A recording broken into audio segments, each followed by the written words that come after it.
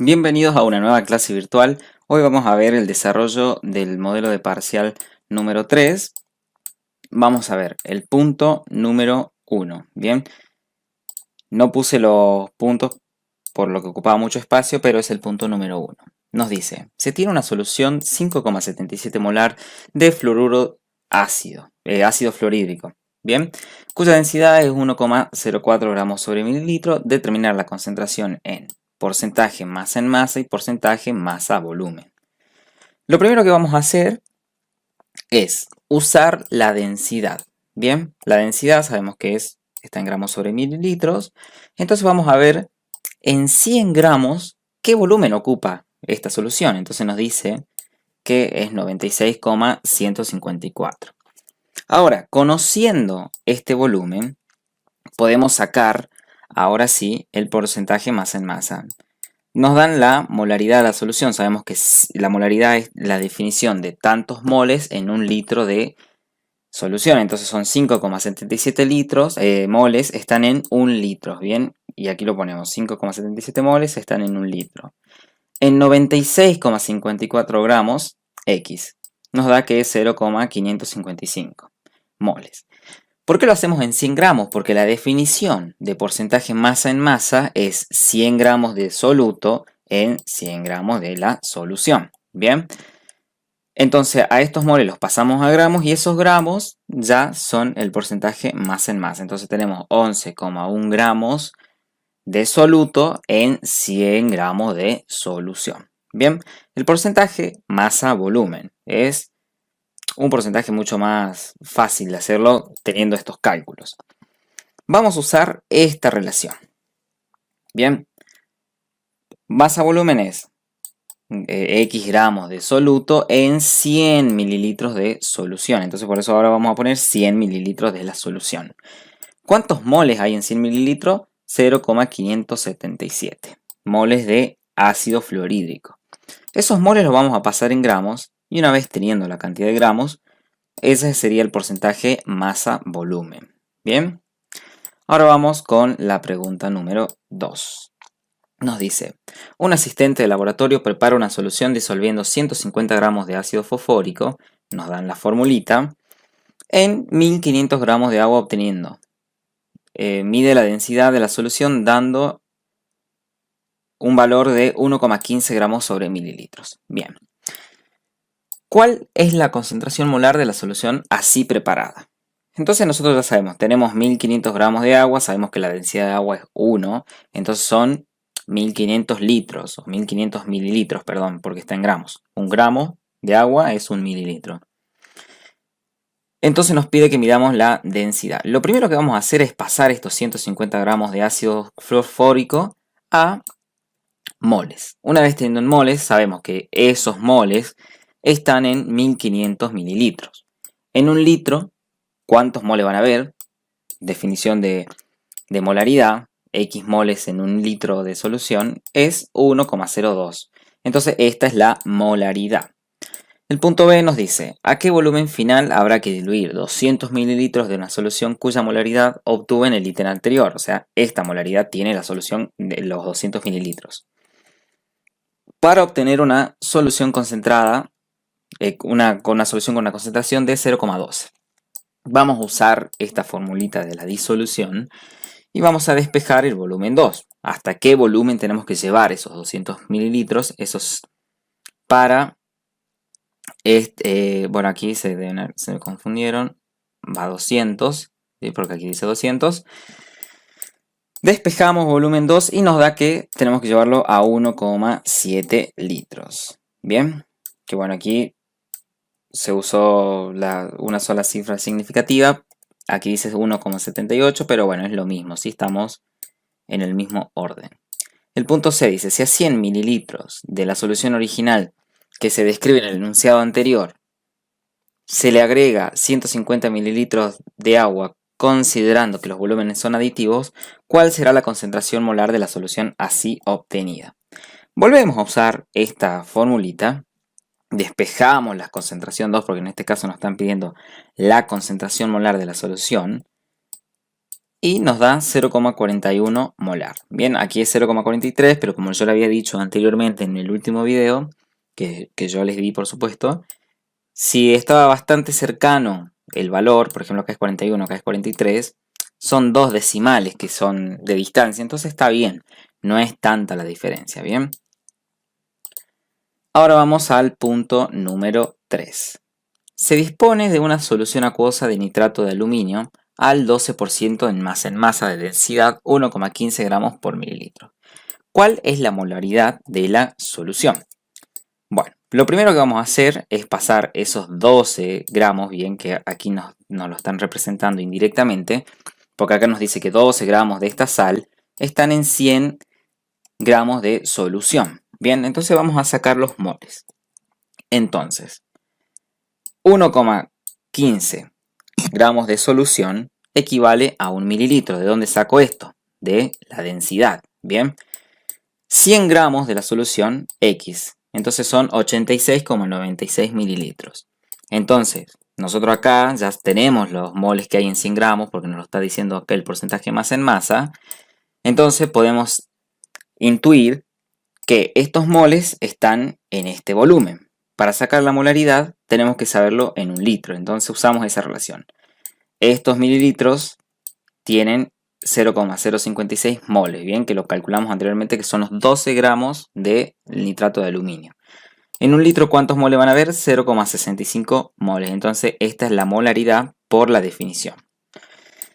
¿Qué volumen, nos dice el punto B, de esta solución se requiere para preparar 500 mililitros de una solución 0,2 molar de dicho compuesto?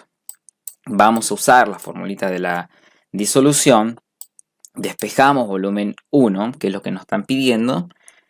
Reemplazamos los valores y nos dice que es 0,154 litros, que es lo mismo que decir 154 mililitros. Bien, aquí lo mismo, no ponemos la coma, no pusimos la coma, 35 por ejemplo, pero estamos en el mismo orden. Si se dan cuenta es 154 mililitros y acá es 154,35. Es muy cercano, entonces es correcto. El punto número 4 nos dice: calcule la molaridad de la solución que resulta al añadir 10 mililitros de ácido nítrico comercial de 67% masa en masa, 1,4 gramos sobre mililitros de densidad, a 80 mililitros de ácido nítrico, 0,8 molar, suponiendo que los volúmenes son aditivos. Lo primero que vamos a hacer con los datos que nos dieron al inicio, que tenemos los 10 mililitros con esta concentración y esta densidad, lo primero que vamos a hacer esta es la formulita de la densidad, despejamos el volumen en 100 gramos, nos da 71,43. Bien, entonces dice 67 gramos de ácido nítrico están en 100 gramos, bien, porque es masa en masa, entonces es igual al punto anterior. Entonces está en este volumen. ¿Por qué? Porque de la fórmula de densidad calculamos cuántos mililitros ocupaba 100 gramos de esa solución. En 1000 litros, ¿cuántos gramos van a haber? 938 gramos. Ahora, esos 938 gramos lo pasamos a moles. Bien, esos moles están en un litro. Bien, porque acá dice un litro, son estas cantidades de gramos. Entonces en un litro están los 14,8 moles. Nosotros estamos agregando 10 mililitros. ¿Cuántos moles hay en 10 mililitros? X. Nos da 0,148 mol. Ahora, vamos con el siguiente ácido. Nos dice 80 mililitros de 0,8 molar. Bien. Entonces, en un litro hay 0,8 moles. En 80 mililitros, X, hay 0,064 moles. Sumamos los dos moles, los dos valores de los moles, y nos da 0,212 moles. Nosotros tenemos 90 mililitros en total, ¿bien? Porque tenemos los 80 mililitros del segundo ácido y los 10 mililitros que le agregamos del primero, ¿bien? Entonces, esos 0,212 moles están en 90 mililitros. En 1000 mililitros, 2,36 moles, que esto sería la molaridad. Bien, si se dan cuenta, no es tan complicado. Lo dejo ahí por si quieren revisarlo solos, por si fui muy rápido. Pero no se asusten cuando les den tantos datos, tienen que detenerse, pensar qué van a hacer y empezar a resolver tranquilos. Vamos con el punto número 5. Nos dice, una fuente principal de aluminio es el rutilo, la calcosita, la bauxita o la cromita. ¿Cómo nos vamos a dar cuenta? Saben buscando, por ejemplo, si se la saben, perfecto, y si no lo pueden buscar en internet, la fórmula de esos minerales. Bien, por ejemplo, el rutilo tiene titanio y oxígeno, la calcosita tiene cobre y azufre, la bauxita tiene hidróxido de aluminio, una sal compleja de aluminio y silicio, la cromita tiene hierro, cromo y oxígeno. ¿Cuál va a ser la principal fuente de aluminio? Y la bauxita, ¿por qué? Por descarte, porque es la única que tiene aluminio.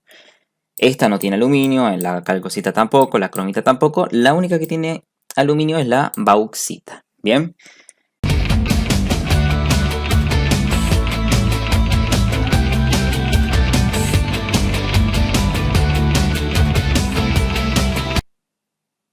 Vamos al punto número 6. Nos dice, una mezcla gaseosa se encuentra a 15 grados centígrados y a 1,5 atmósferas de presión. Está formada por 213 gramos de ácido clorhídrico, 285 gramos de nitrógeno y 97 gramos de oxígeno. ¿Bien? Bueno, el ácido clorhídrico en este caso está también en estado gaseoso porque nos dice una mezcla gaseosa. ¿Bien? Nos dice, determine el volumen ocupado de la mezcla. Lo primero que vamos a hacer para saber el volumen es pasar todos estos valores que nos dan en gramos a moles. ¿Bien? Entonces eso lo vamos a hacer. Lo primero que vamos a hacer.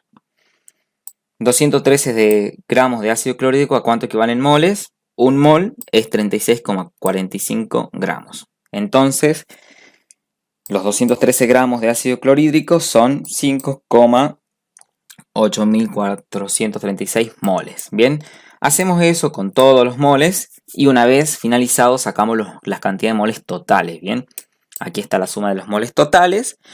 Y ahora, para saber el volumen, usamos la formulita pavo-ratón. Despejamos volumen.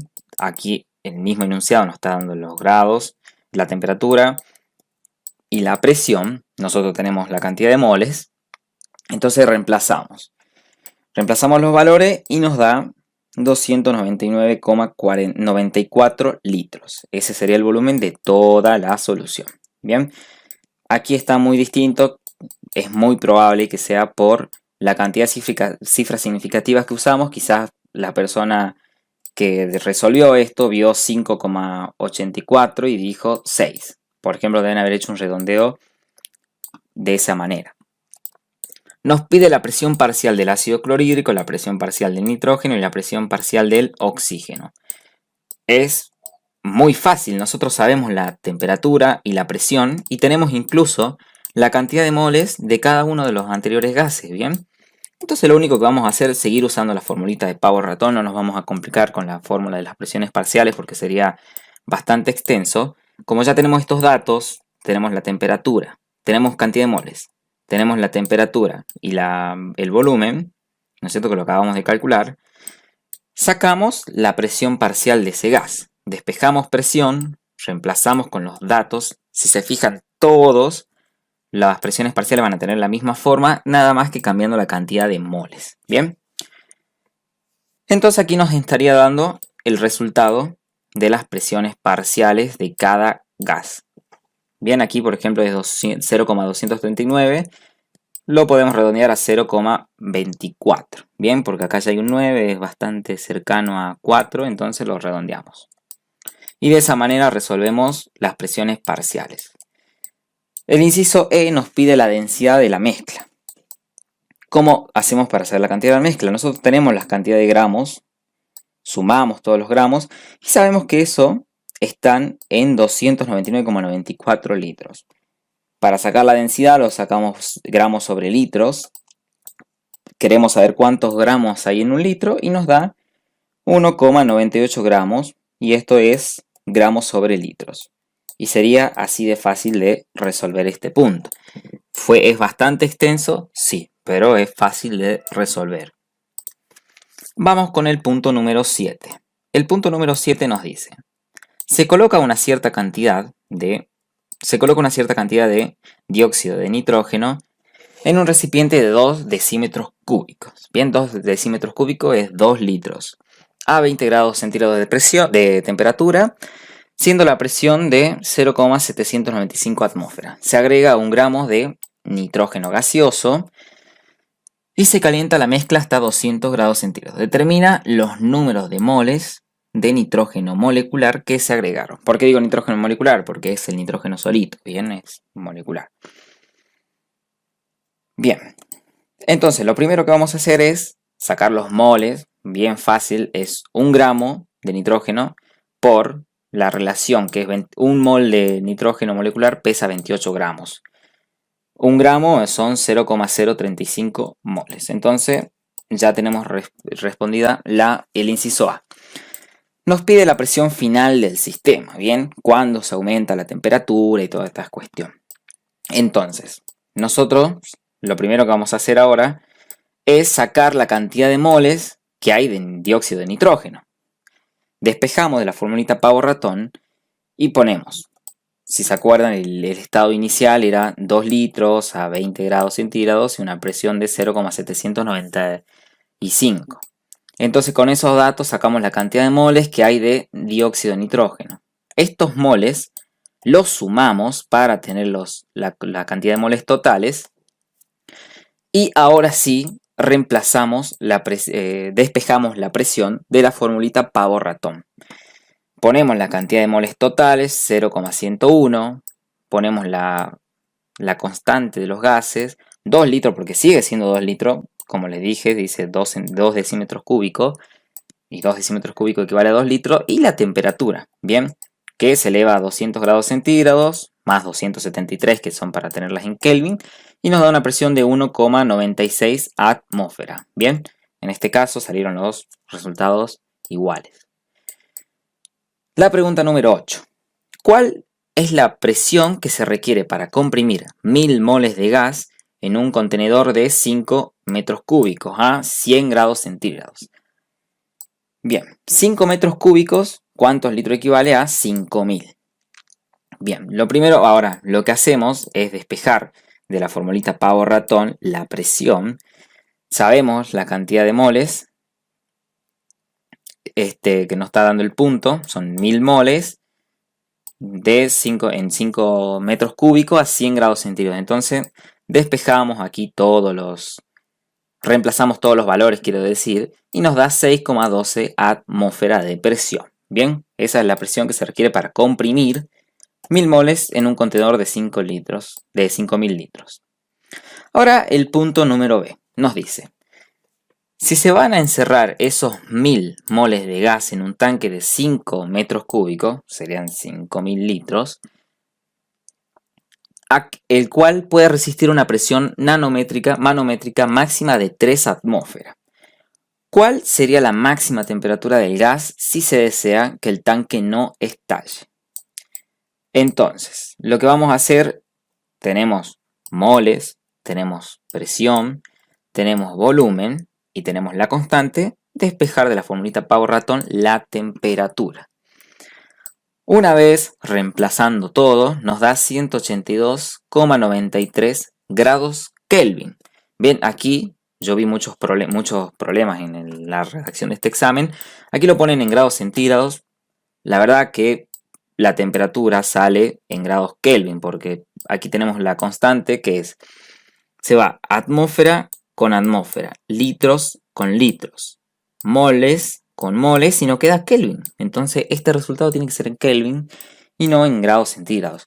Esto, si el examen lo tienen con múltiple choice por una plataforma, estaría bueno que le saquen captura a la pantalla y después le planteen, no sé, como queja o como consulta a la persona que esté a cargo, ¿sí? A algún profesor o algún ayudante. Ahora vamos al punto número 9. Nos dice, 1 litro de helio a 27 grados centígrados está sometido a una presión de 2 atmósferas. El sistema se calienta hasta duplicar el volumen manteniendo constante la presión. ¿Cuál es la temperatura final del sistema? ¿Cómo mantenemos constante la presión? Usamos la ley de Charles y Gay-Lussac. Bien, la formulita esta. Bien, entonces despejaríamos. Esto son dos formas, bien, la podemos representar de esta manera o de esta manera, según la manera que necesite, bien. Sería lo mismo, nada más que pasando temperatura para aquí y la temperatura para el lado derecho. Digo porque es más fácil de saber que este volumen va a pasar dividiendo y queda la temperatura 2 despejada, que tener que estar pasando esto para acá, para allá, o sea, sería lo mismo, ¿no? Pero bueno, yo se las presento de esta manera. Sacamos la temperatura 2, reemplazamos los valores que nos están dando y nos da igual a 54 grados centígrados. Como nos lo piden en Kelvin, sumamos 273 y nos queda 327 Kelvin. Bien, en este caso coincidió. El punto número B nos dice, en un aparato de laboratorio se elimina el aire hasta lograr una presión de 1,0 por 10, sería 1 por 10 a la menos 6 torr. ¿Cuál es el número de moléculas que hay en un centímetro cúbico de aire a dicha presión y temperatura? Aquí la verdad que no entendí absolutamente nada cuando leí esto porque nos dice a la misma presión y temperatura y nos está dando 27 grados centígrados y 2 atmósferas. Y aquí al principio nos dijo que era 1,1 por 10 a la menos 6 torr. Entonces la verdad me compliqué bastante con este punto, no le entendí la redacción, pero lo que hice fue lo siguiente. Puse la cantidad de torr, la pasé a atmósferas, ¿bien? Ya obteniendo la presión, despejé la cantidad de moles que había en este sistema. Me da 5,37 por 10 a la menos 14 moles. Ahora estos moles lo multiplico por el número de Avogadro, ¿bien? Por el número de Avogadro que es 6,022 por 10 a la 23 y me da 3,23 por 10 a la 10 moléculas. La verdad, este punto lo tendría que revisar, ¿sí? Ya le pasé a varios compañeros míos para que lo revisemos juntos, pero lo que me mató sí fue esto, que nos dan dos presiones.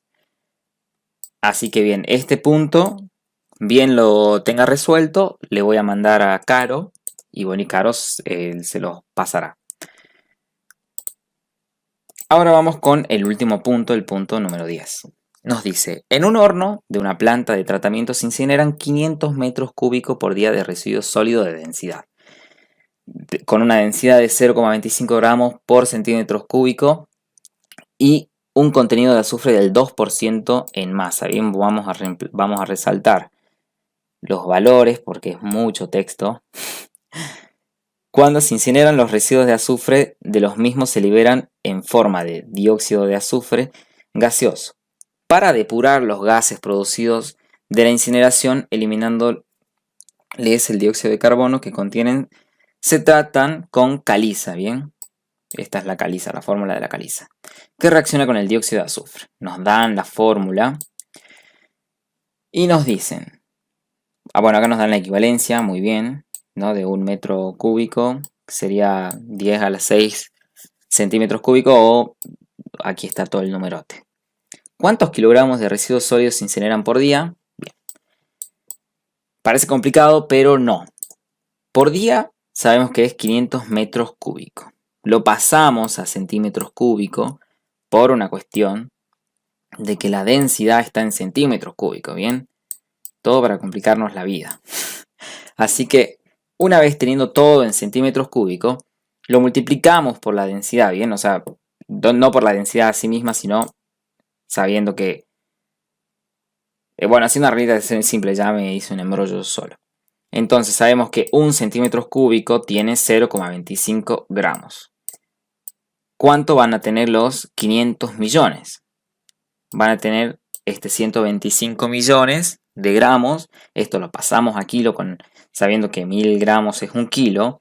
Entonces dividimos todo esto por 1000 y nos queda 125.000 kilogramos. Bien, entonces ya respondemos el inciso A.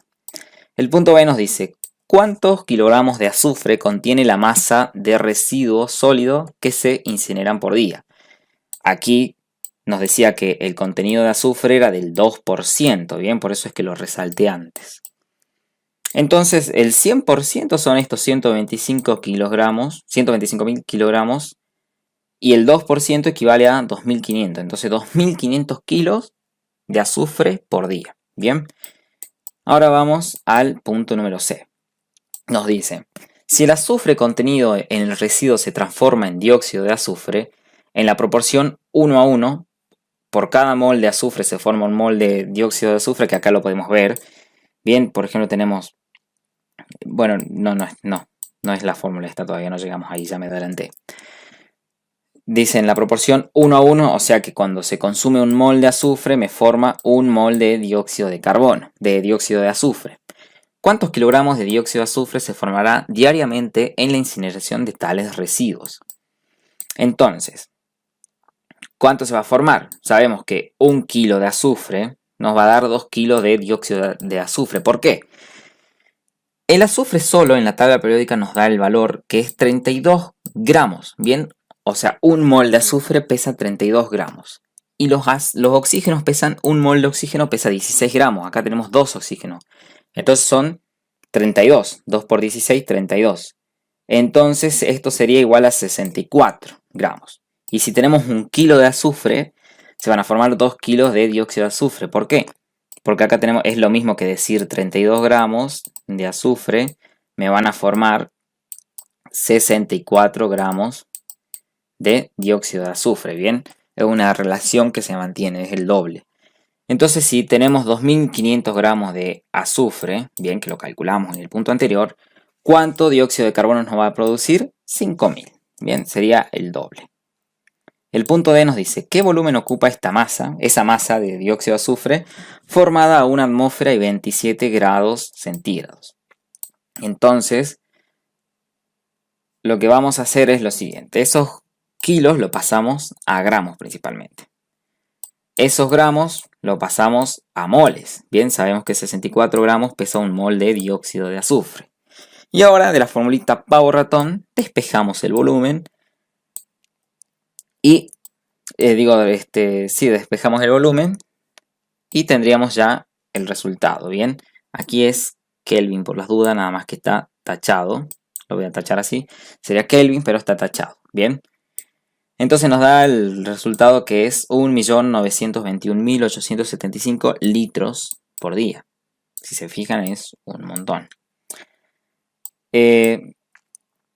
La pregunta es, ¿cuántos kilos de caliza se requieren por día para atrapar el dióxido de azufre que se produce evitando que contaminen la atmósfera? Ahora sí, yo que me había adelantado antes, usamos la formulita, ¿bien?